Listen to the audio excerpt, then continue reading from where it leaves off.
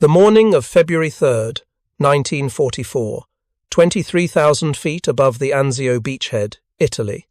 Private First Class Robert Callahan hunches behind a Browning M250 caliber machine gun aboard the Liberty ship SS John Bascom, watching a Junkers Ju-eighty-seven Stuka roll into its dive. The German dive bomber's distinctive inverted gull wings catch the Mediterranean sun as it angles toward the crowded harbour below. Callahan can hear the screaming siren mounted on the aircraft's landing gear, that terrifying wail the Germans added specifically to break men's nerves. He does what 6 weeks of training at Fort Eustis has drilled into him. He tracks the Stuka smoothly, centers his ring sight directly on the cockpit where he can almost see the pilot's leather helmet, and squeezes the trigger. The gun thunders, sending 50 caliber rounds skyward at 2,800 feet per second. Bright orange tracers arc toward the German aircraft, creating what looks like a perfect line from his weapon to the target. Every single round passes harmlessly in front of the Stuka's nose, missing by at least 40 feet. The pilot doesn't even flinch. The dive bomber continues its attack run, releasing a 500-pound bomb that detonates in the shallow water near a landing craft, sending a geyser of spray and shrapnel across the beach. The Stuka pulls out of its dive and climbs away toward the safety of the Alban Hills. Callahan watches the empty brass casings rolling around his feet and knows with cold certainty that he just burned through 80 rounds of precious ammunition and hasn't touched his target. This scene repeated itself hundreds of times daily during the first weeks of the Anzio operation. American anti-aircraft gunners, trained to the best standards the Army could provide, equipped with weapons that could tear aircraft apart, were failing catastrophically at their primary mission. They couldn't hit German dive bombers. The statistics from late January 1944 were damning beyond comprehension. Analysis of combat reports from Anzio revealed that shipboard anti-aircraft crews were achieving hit rates of less than 3% against diving Stukas. 3%. That meant for every 100 rounds fired at a German dive bomber attacking the beachhead, 97 bullets were wasted, striking nothing but empty Mediterranean sky. In practical terms, during a typical 15-second Stuka attack, a gunner firing his Browning at maximum rate would send 195 rounds into the sky. At a 3% hit rate, fewer than 6 bullets would actually strike the enemy aircraft. A Ju-eighty-seven could absorb 20 direct hits from 50 caliber rounds and remain combat effective. The mathematics spelled doom for the ships and troops crowded into the narrow beachhead. The human toll was catastrophic. During the first 10 days of Operation Shingle, the Anzio amphibious landing that began January 22, 1944, the Luftwaffe sank 1 destroyer, 1 hospital ship, 3 Liberty ships, and damaged 18 additional vessels. Each attack succeeded not because German pilots were invincible, but because American gunners couldn't translate firepower into hits. The USS Plunkett went down on January 24th after a Ju-88 scored a direct hit. 53 men died. The hospital ship St. David, clearly marked with red crosses, was struck on January 24th. 96 lives lost. The terrible irony was that the gunners were doing everything correctly according to their training. If you're enjoying this deep dive into the story, hit the subscribe button and let us know in the comments from where in the world you are watching from today. These weren't cowards or incompetents. These were young men, average age 21, who had volunteered to stand exposed on pitching decks or in shallow foxholes on the beach, manning heavy machine guns while German aircraft dove at them from above. They endured artillery barrages from German guns in the Alban Hills that could observe every square foot of the 18-mile-long, 9-mile-deep beachhead. They waited in the cold February rain for the moment when the distinctive scream of Stuka sirens would announce another attack. Consider the actual challenge these gunners faced. A Ju-87 beginning its dive from 13,000 feet might be travelling at 250 miles per hour.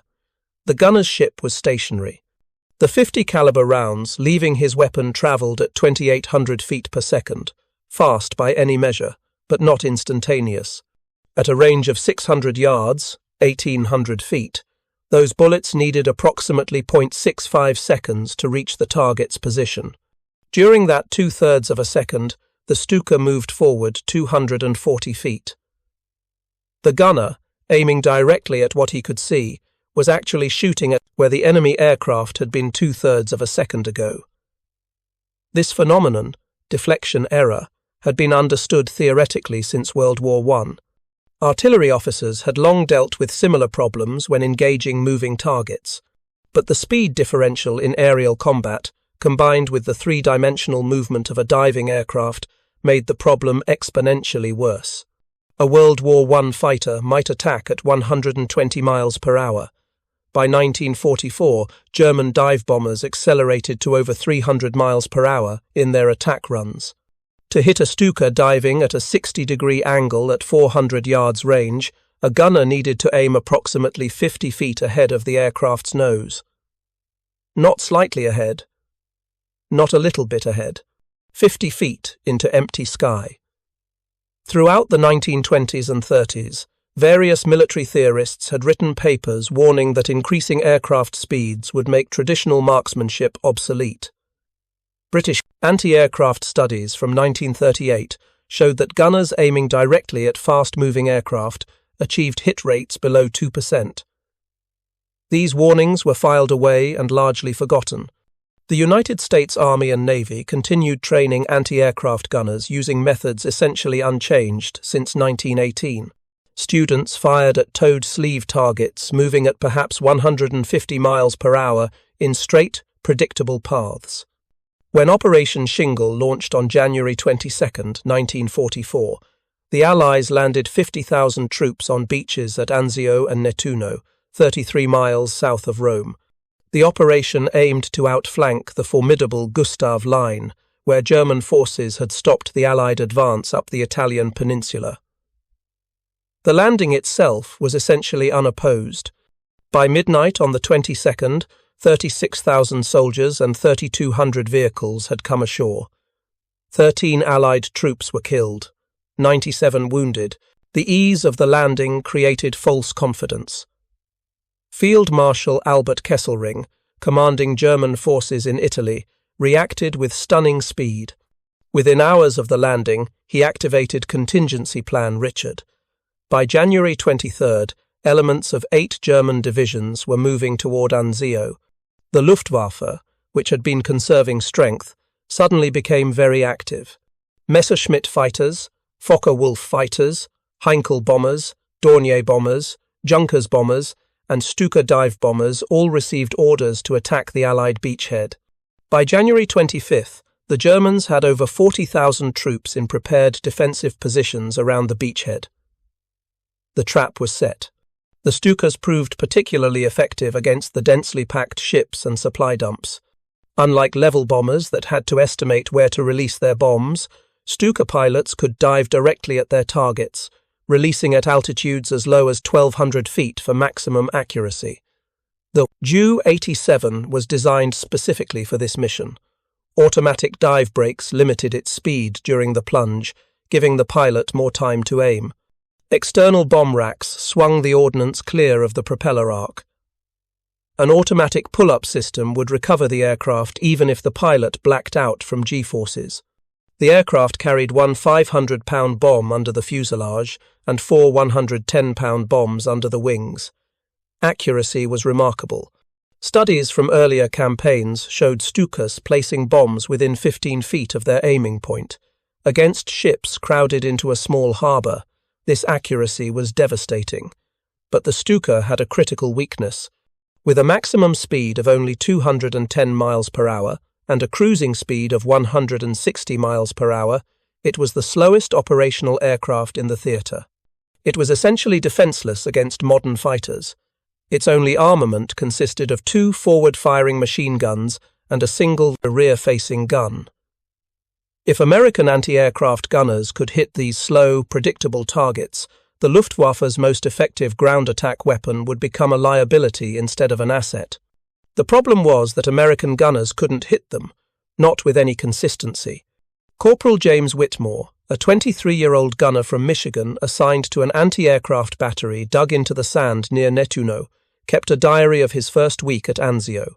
His entry for January 26, 1944, captures the frustration. Saw my first Stukas today. 3 of them came over around 1000 hours. We fired maybe 200 rounds total from our position. Don't think we hit a damn thing.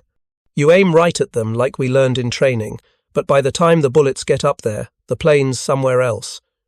It's like trying to hit a rabbit with a rock while you're both running. The British had already discovered this bitter truth during the Battle of Britain. Royal Air Force analysis of combat footage from 1940 showed even experienced fighter pilots achieving hit rates below 8% when attacking bombers. The Germans had learned similar lessons during their own studies, but translating that knowledge into effective training for ground-based anti-aircraft gunners proved extraordinarily difficult. The cognitive challenge was immense. Every human instinct says to aim at the visible threat. When an aircraft is diving at you, carrying a bomb with your name on it, your brain wants to point the gun at that aircraft, not at empty sky, not at where the aircraft might be, at the actual, visible, terrifying target. Training programs in the United States had attempted to address deflection shooting. Gunnery schools at Fort Eustis, Virginia, and Camp Davis, North Carolina, included instruction on leading targets. But the instruction was largely theoretical.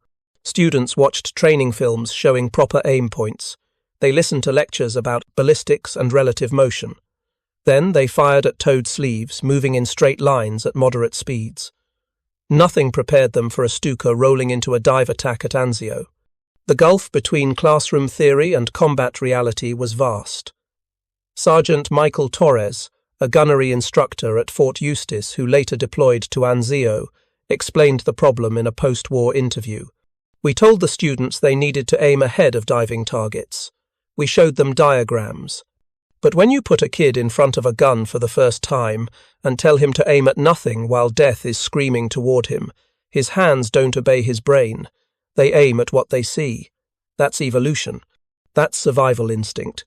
We were asking them to suppress 10,000 years of human development. The first systematic American attempt to solve the deflection problem at Anzio came from the gunners themselves. In early February 1944, Chief Petty Officer Vincent Romano, a 31-year-old sailor aboard the destroyer USS Mayo, started keeping detailed records of every engagement.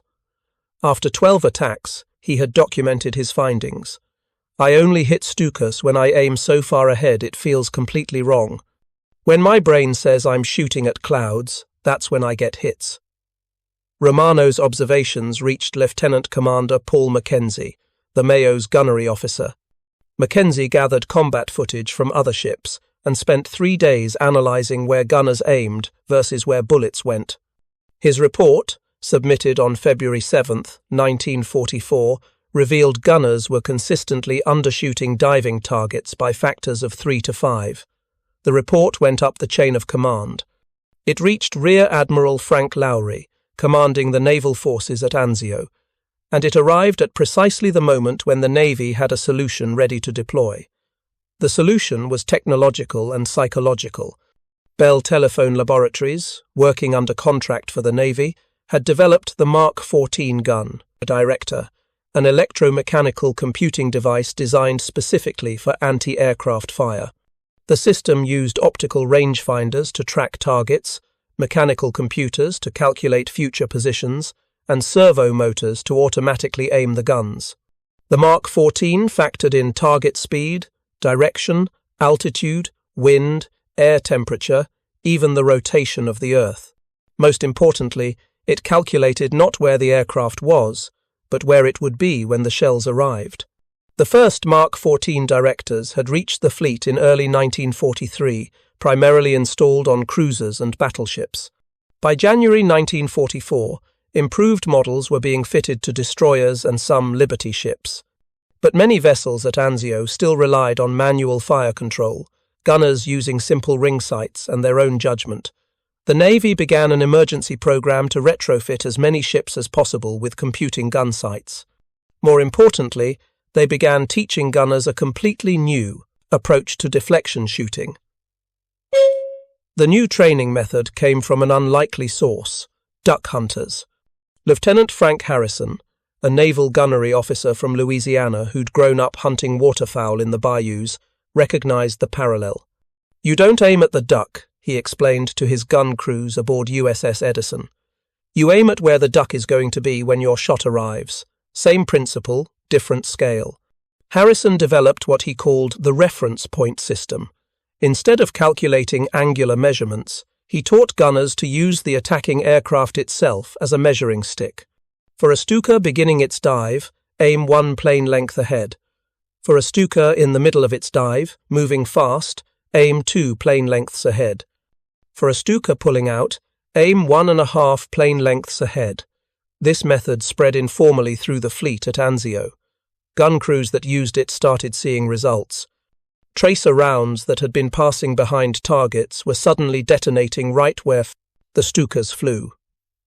The psychological barriers remained formidable. Seaman First Class Anthony DeLuca, a gunner aboard USS Frederick C. Davis, described the mental challenge. "You're on the deck. You can feel the ship vibrate from near-miss bombs. Your buddy next to you is bleeding from shrapnel. Suddenly someone yells, 'Bandit, diving 3 o'clock. Your brain knows you need to aim way ahead, but your hands want to point the gun right at the bastard trying to kill you. Everything in your body screams that aiming at empty sky is wrong. But when the alternative is death, men learn quickly." By mid-February 1944, gun crews at Anzio were adapting. The transformation wasn't universal, it wasn't instant, and it wasn't complete, but it was measurable. Ships equipped with Mark 14 directors and crews trained in the reference point system began achieving hit rates of 12 to 15% against diving Stukas. That might not sound impressive, but it represented a 4 to 5-fold improvement over the 3% baseline. More importantly, the psychological effect on German pilots was significant.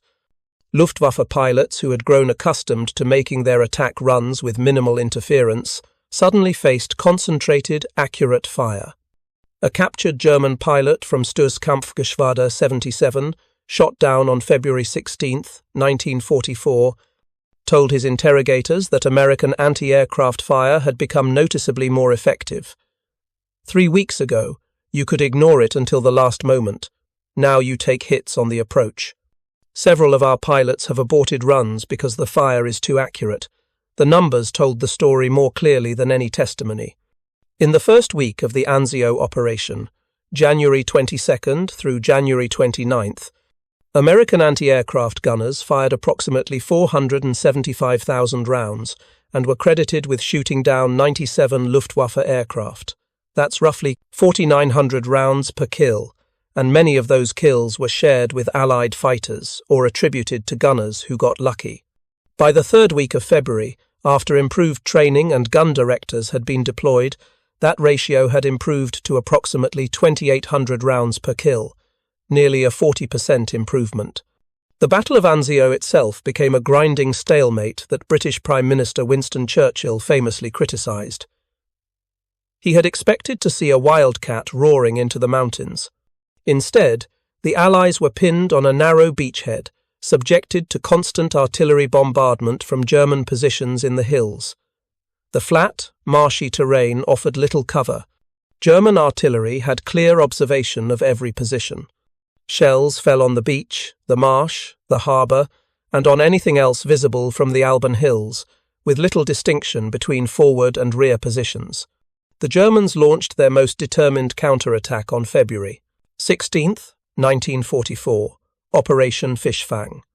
6 German divisions, including elements of Panzer Division Hermann Göring, attacked the American 45th Infantry Division. The assault included armour, infantry, and heavy Luftwaffe support. Stukas and other dive bombers attacked in waves, targeting defensive positions and supply concentrations. This was the moment when improved anti-aircraft gunnery made its most significant impact. Sergeant Robert Halverson, a gunner with the 45th Division's Anti-Aircraft Battalion, described the action in a letter home written 3 days later. February 16th was hell on earth. The Germans threw everything at us. Their dive bombers came in waves all morning.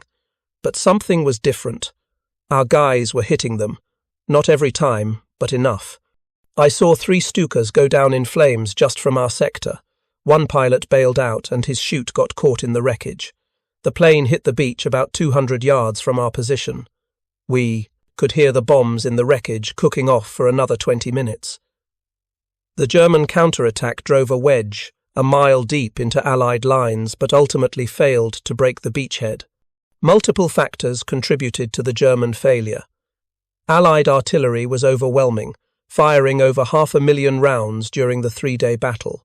Naval gunfire from offshore cruisers and destroyers pounded German assembly areas. Allied air superiority meant that while Stukas could still attack, they did so at terrible cost. And improved anti-aircraft gunnery meant that German pilots faced a much more dangerous environment than they had encountered in the war's early years. By the end of February 1944, the Luftwaffe had lost the advantage at Anzio. German units that had achieved devastating success in Poland, France, and the early Mediterranean campaigns now found themselves confronting defences that could actually hit back effectively. The Stuka, which had been the symbol of German air power during the Blitzkrieg years, was becoming obsolete. Its slow speed, minimal defensive armament, and vulnerability to accurate fire meant it could only operate where air superiority was guaranteed. At Anzio, air superiority was contested. The transformation in American anti-aircraft gunnery came from 3 simultaneous developments. First was technology. The Mark 14 gun director and similar computing sites gave gunners a mechanical brain that could calculate solutions faster and more accurately than any human. Second was training. The reference point system and other simplified methods gave gunners practical techniques they could apply under combat stress. Third was experience. Men who survived their first engagements learned what worked and what didn't. They developed an intuitive feel for lead angles. They learned to trust mathematics over instinct. Chief Petty Officer Vincent Romano, whose early observations had helped identify the deflection problem, became something of a legend among Anzio gunners. By the end of March 1944, his gun crew aboard USS Mayo had been credited with 7 confirmed aircraft kills and 11 probables. Romano explained his method to a Navy interviewer in April. After about 15 engagements, my hands just knew where to point the gun. I stopped thinking about it consciously. I'd see a Stuka roll in, and my body would automatically lead it by the right amount.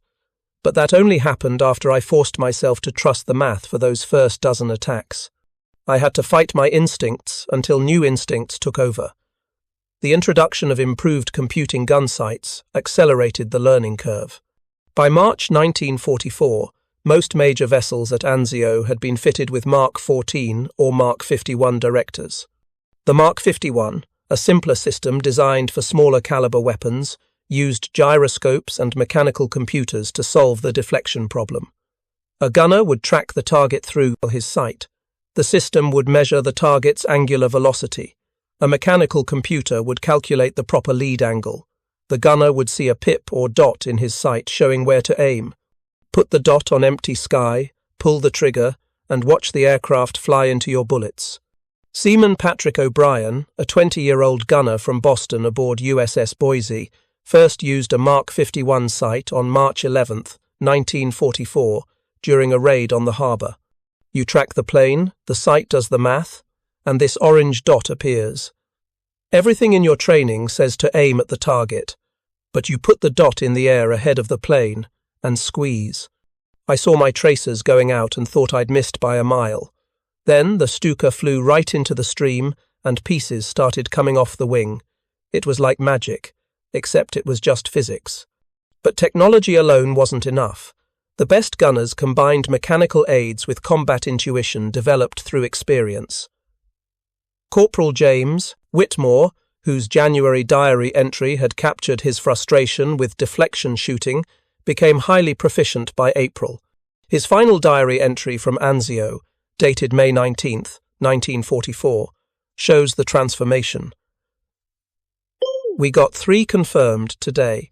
The Stukas are getting rare now, but when they come, We're ready. It's second nature now. See the target. Lead it by what feels right. Fire. My crew chief says I'm shooting at ghosts. I tell him I'm shooting at where the ghosts are going to be. The statistical evidence of improvement was undeniable. In January 1944, shipboard anti-aircraft fire at Anzio required an average of 4,900 rounds to achieve one confirmed aircraft kill. By May 1944, that ratio had improved to approximately 1,800 rounds per kill, a nearly threefold improvement that translated directly into German aircraft destroyed and Allied lives saved. The improvement came despite the fact that German pilots were becoming more cautious, making their attacks quicker and at steeper angles to minimize exposure to anti-aircraft fire. The lessons learned at Anzio spread throughout the military.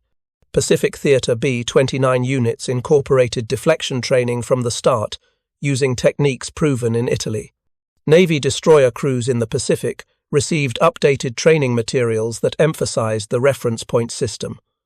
Army anti-aircraft battalions preparing for the Normandy invasion studied combat reports from Anzio. The principle was universal, regardless of theatre or specific circumstances. To hit fast-moving aircraft, you must aim at where they will be, not where they are. If you find this story engaging, please take a moment to subscribe and enable notifications. It helps us continue producing in-depth content like this. The kamikaze threat that emerged in the Pacific in late 1944 presented both a challenge and an opportunity for anti-aircraft gunners trained in deflection shooting. Conventional bomber pilots would evade when they saw accurate fire. They valued their lives and would break off attacks if defenses looked too dangerous. Kamikaze pilots did the opposite. They flew straight and steady toward their targets, making only minimum course corrections to line up their final dives. For predictive fire control systems and gunners trained in leading targets, they were almost ideal targets.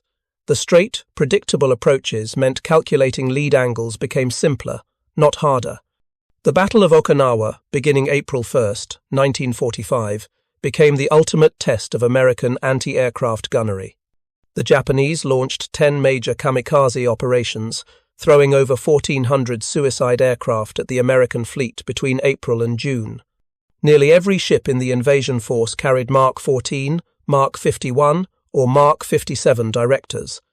Gun crews had trained specifically on engaging aircraft in steady, predictable approaches. When the kamikazes came, the fleet was ready in ways it had never been at Anzio. The statistics from Okinawa demonstrated how far American gunnery had advanced. Ships equipped with computing gun directors and properly trained crews achieved kamikaze intercept rates between 40 and 60%, depending on how many aircraft attacked simultaneously. USS Laffey, a destroyer on radar picket duty, faced the ultimate test on April 16, 1945. Over 80 minutes, 22 Japanese aircraft attacked her specifically. Her 5-inch guns, all director-controlled, fired continuously. The gun crews shot down 9 aircraft outright. Another 6 were damaged so badly they crashed into the sea short of the ship. 4 struck the ship.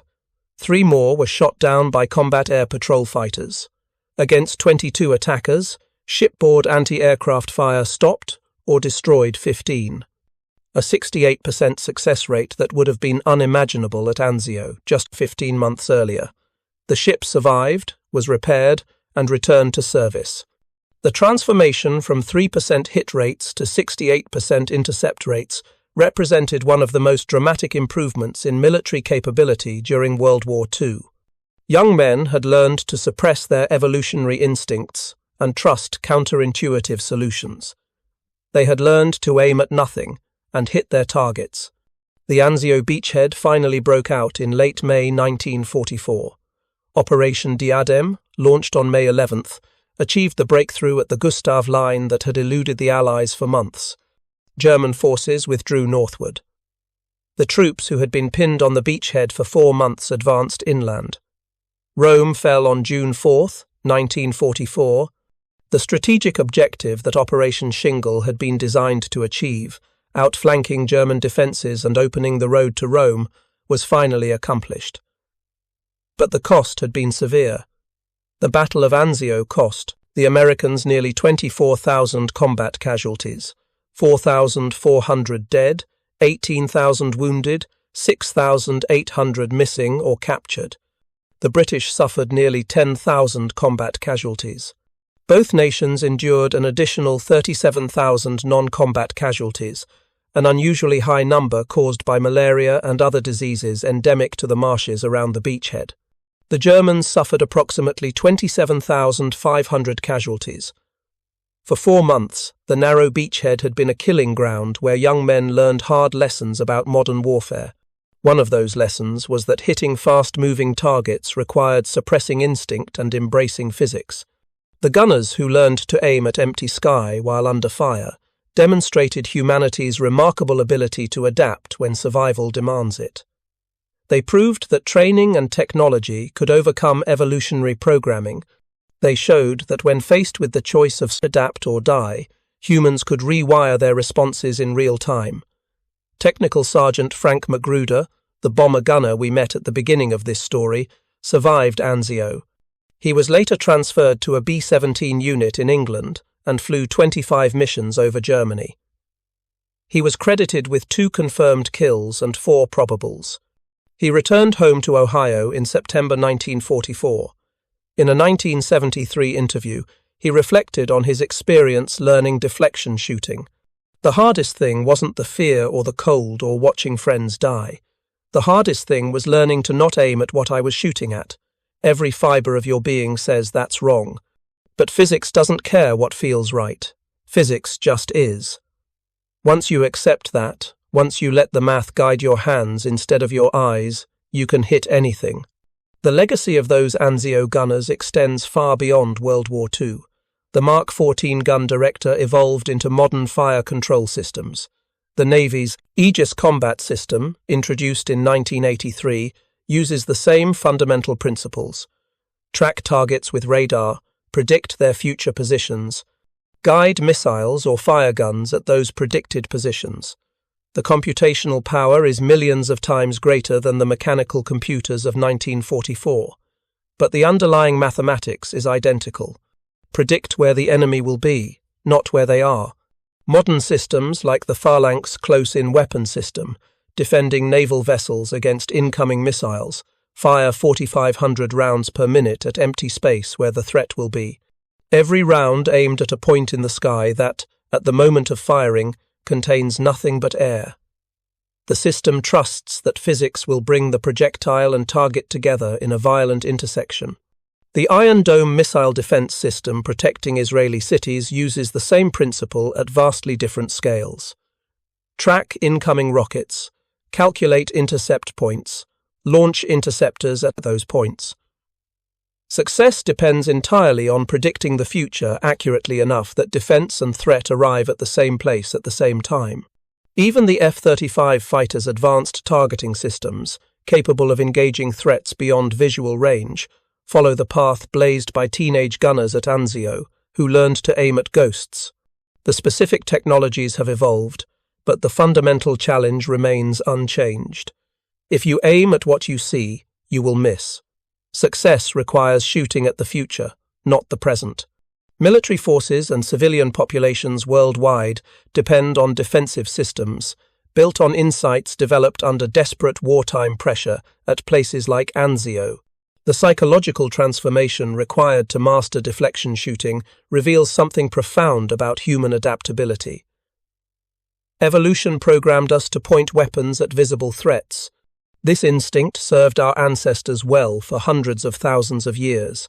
A hunter throwing a spear at a deer aimed at the deer. A soldier with a bow shooting at an enemy soldier aimed at the soldier.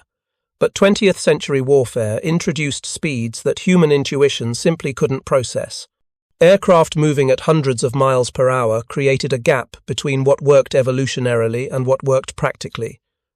Bridging that gap required conscious effort to suppress instinct. It required trust in mathematics over visual perception. It required the willingness to do something that felt fundamentally wrong until repetition made it feel right.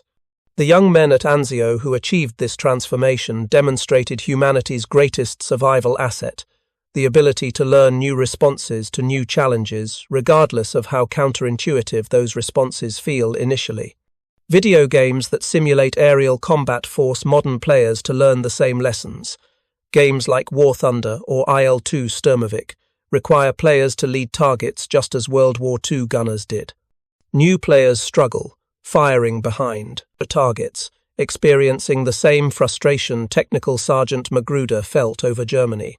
Experienced players develop the same intuitive feel that Chief Petty Officer Romano described, their hands automatically leading targets by the right amount without conscious calculation. The simulation recreates not just the mechanics of deflection shooting, but the psychological journey from confusion to competence. Professional sports demonstrate identical principles in different contexts. A quarterback throwing to a receiver aims not at where the receiver is, but where he will be when the ball arrives. Clay pigeon shooters fire at empty air ahead of the target, trusting that target and shot will meet. Baseball outfielders running to catch fly balls unconsciously calculate intercept courses, moving to where the ball will be rather than chasing where it is. These skills feel natural because we practice them from childhood. But take away that practice, add mortal danger, increase speeds beyond anything evolution prepared us for, and the task becomes almost impossibly difficult. The men at Anzio didn't have the luxury of childhood practice. They learned under fire, or they died. Many died while learning. The ships sunk in January and early February 1944 went down, partly because gunners couldn't adapt fast enough. The men aboard USS Plunkett, USS St. David, and the other vessels lost at Anzio paid the price for institutional failure to prepare forces adequately for the realities of modern air attack. Those deaths were preventable. Better training, earlier deployment of computing gun sights, and more emphasis on deflection shooting in pre-war planning could have saved lives. But military institutions, like human beings, often learn slowly. The British had documented deflection problems during the Battle of Britain in 1940. The Germans had studied the issue during their operations in Spain during the 1930s. The Americans had access to all this information, but failed to incorporate it effectively into training programs until combat forced the issue. Anzio became a crucible where theory met reality and reality won. The survivors of those early battles carried forward knowledge purchased with blood. Lieutenant Commander Paul Mackenzie, the gunnery officer whose February analysis helped identify the deflection problem, later wrote a training manual that became standard throughout the Navy. His manual, titled Practical Deflection Shooting for Anti-Aircraft Gunners, published in July 1944, distilled lessons from Anzio into clear, practical instruction. The manual opened with a stark statement: "If you aim at an aircraft, you will miss. This is not opinion, this is physics. Your rounds travel fast, but not instantaneously. The target moves during the time of flight. You must aim at where the target will be, not where it is. This feels wrong. Do it anyway. Your life depends on it." The manual included dozens of diagrams showing proper lead angles for various target types, speeds, and approach angles. It emphasized the reference point system for gunners without computing sights. It stressed the importance of practice and repetition, and it acknowledged the psychological challenge directly. Your instincts will fight you on this. Acknowledge that. Accept it, then ignore it. Trust the math. Trust your training. Trust that aiming at nothing is the only way to hit something. By war's end, Mackenzie's manual had been distributed to every gunnery school in the United States military. Tens of thousands of gunners trained using its principles. The improved hit rates at Okinawa and in other late-war battles vindicated his approach. In 1946, Mackenzie received the Legion of Merit for his contributions to improving anti-aircraft gunnery effectiveness. The citation noted that his work had directly contributed to saving American ships and lives throughout the Pacific Campaign. Chief Petty, Officer Vincent Romano, whose early observations aboard USS Mayo had helped identify the deflection problem, also received recognition. He was awarded the Bronze Star for his actions during the February German counterattack, when his gun crew shot down 3 aircraft in a single day. The citation praised his initiative in developing improved gunnery techniques under combat conditions and his leadership in training other crews. Romano remained in the Navy after the war, eventually retiring as a Master Chief Petty Officer in 1962. He later taught gunnery at the Naval Weapons School, passing on lessons learned at Anzio to a new generation of sailors. The Stukas that attacked Anzio represented the end of an era. The Ju-87 had been the symbol of German air power during the Blitzkrieg campaigns. Its distinctive inverted gull wings, fixed landing gear, and screaming sirens had terrorized populations across Europe. In Poland, France, and the early Soviet campaigns, Stukas had operated with near impunity, providing precision close air support for advancing ground forces. But by 1944, the aircraft was obsolete. Its slow speed and minimal defensive armament made it easy prey for modern fighters and improved anti-aircraft defenses. The last major Stuka operations occurred on the Eastern Front in 1944, where German ace Hans-Ulrich Rudel flew the tank-busting G variant equipped with 37mm cannons. Rudel would eventually be credited with destroying over 500 Soviet tanks, making him the most successful ground attack pilot in history. But he achieved this success only because of his extraordinary skill and the chaotic conditions on the Eastern Front where tactical surprise could still be achieved. In the West, against prepared defences with computing gun sights and properly trained crews, the Stuka was a death trap. The last Ju-87s rolled off production lines in September 1944. Over 5,700 had been built in total. By war's end, only 2 survived intact, both captured by Allied forces. One is displayed at the Royal Air Force Museum outside London. The other rests in the Chicago Museum of Science and Industry. These lonely survivors stand as monuments to a weapon that was revolutionary in its time, but overtaken by the pace of technological advancement. They also represent the thousands of young men, on both sides, who fought and died in and around these aircraft. Thank you for watching. For more detailed historical breakdowns, check out the other videos on your screen now, and don't forget to subscribe.